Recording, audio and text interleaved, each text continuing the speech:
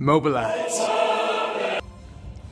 What's up, guys? Coach Joe from Grindhouse Training Systems, lead founder of Zat Strength. Okay, so right now we're in the frozen tundra of Grindhouse Training Systems, which is totally cool. All right, could always be worse. That's what I always say. It's probably about 16 degrees though, but hey, we're in here and we're training. So today what I'm going to go over is mobilization, all right, and how to mobilize. It's very important if you're involved with health, fitness, or just going through daily life to make sure that we're mobilizing, to make sure that we have correct posture, and while we're training, we maintain safe positioning. So making sure that any overhead presses are good, any deep squats, everything's nice and loose and comfortable, and we're not damaging the joints or the muscles. So that's where mobility comes into play.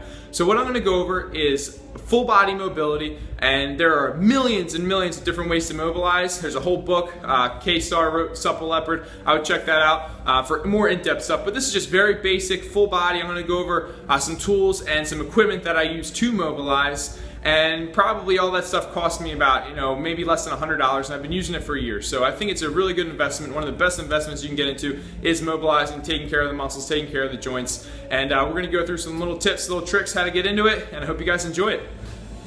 Basic tools that I like to use is just a regular PVC pipe. You can cut it. I think these are maybe about 5 feet, 4.5, 5 feet. What you want to do with that, all right, is do some PVC pass-throughs.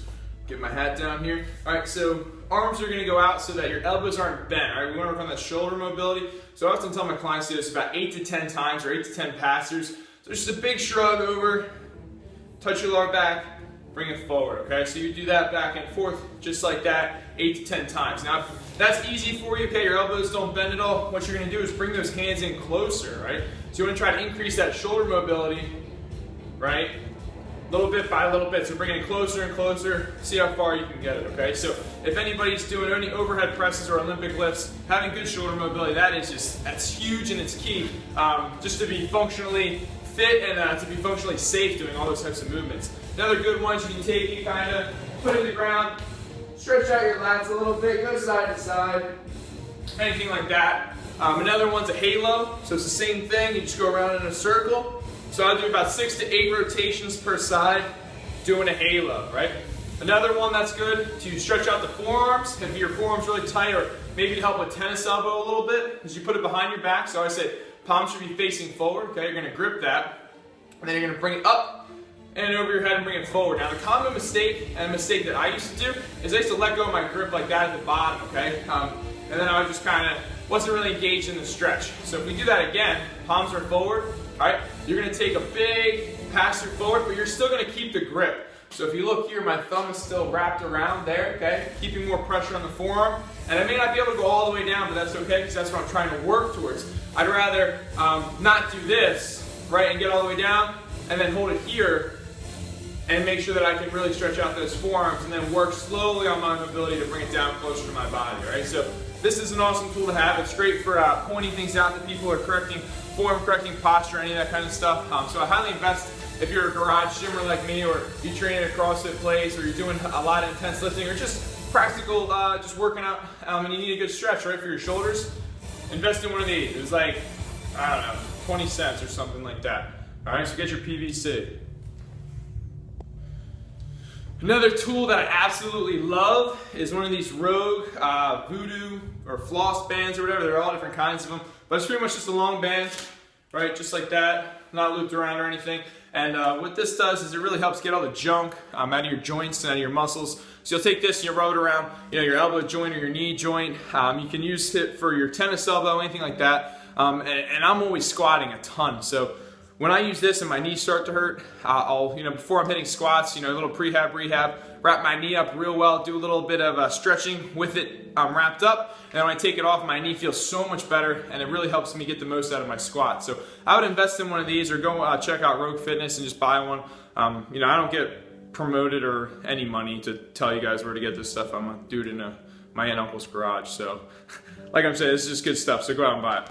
Another awesome tool for mobility is one of these little sticks here. It's pretty much just like a rolling pin. You can actually use a rolling pin if you want. The only thing that's cool about this, it has these little grips in here, so I kind of form them to where I have knots. I'll take my hat off real quick. So what I would do with this, especially with my traps being really tight, there's a trigger point right in here where the shoulder connects, the trap connects, all that good stuff, is get in there just like this, right?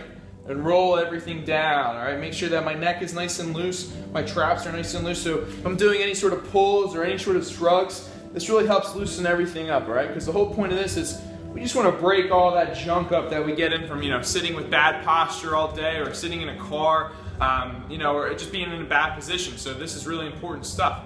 The other thing that's good for this is you can get under the hamstring.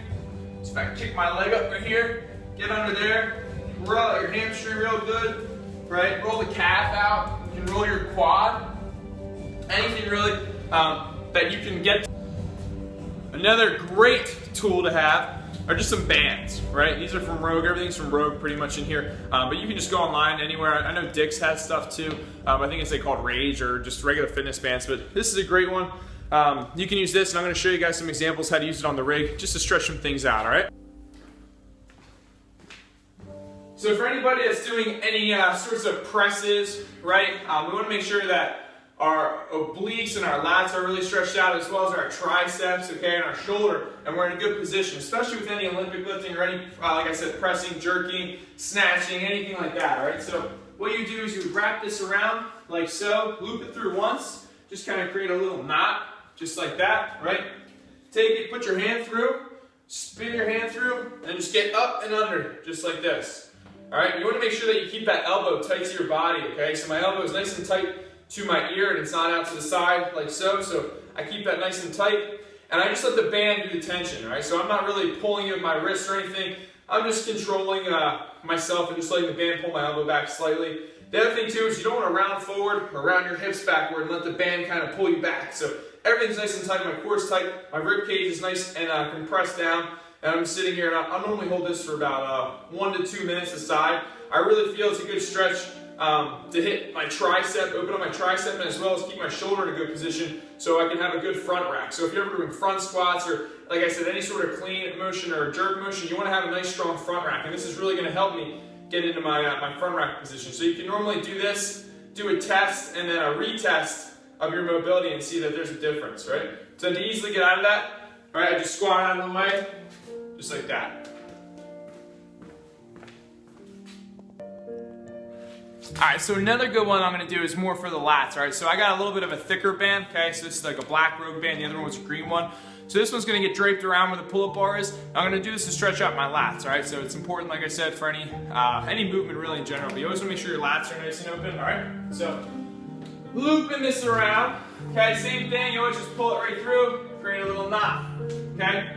So what I'm going to do is my hand goes in, nice and gently, I just swirl my hand around, okay, and I'm just going to grab it. Whenever I do this kind of stuff, I kind of just put it between my 2 fingers, rather than gripping it, because I'm trying to release everything. So by gripping this, I'm causing tension. Alright, so I just want to have a nice loose grip on it and let the band do the work, and I don't want to resist it all. So when I'm right here, alright, take my opposite hand, so this is the right arm, take my left hand, I cup it underneath that wrist so I can get some good rotation in there, okay? So I'm twisting my wrist up towards the ceiling. I get nice and low, all right? I'm just squatting. And I'll hold that one, okay? Another good one is if you're gonna do the same thing, you're gonna get nice and low and you're just gonna kick that leg back and then sink down a little bit. All right? So very basic, all right? You're just gonna kick that leg back. Try to find your sweet spot. When you find a sweet spot, now I mean sweet spot by like you can feel that there's something tight in there or you're not as mobile there, that's where you want to hold it, okay? And you don't want to really go too far into the pain cave, but you do want to feel it. It's okay to feel a little bit of pain in this. If you're making like squinting faces like this and making noises, I would say get out of it that way. But as long as you kind of like, yeah, I'm alive, I can feel that, something's happening, that's good. That's what we want to do. We kind of want to break all that stuff up.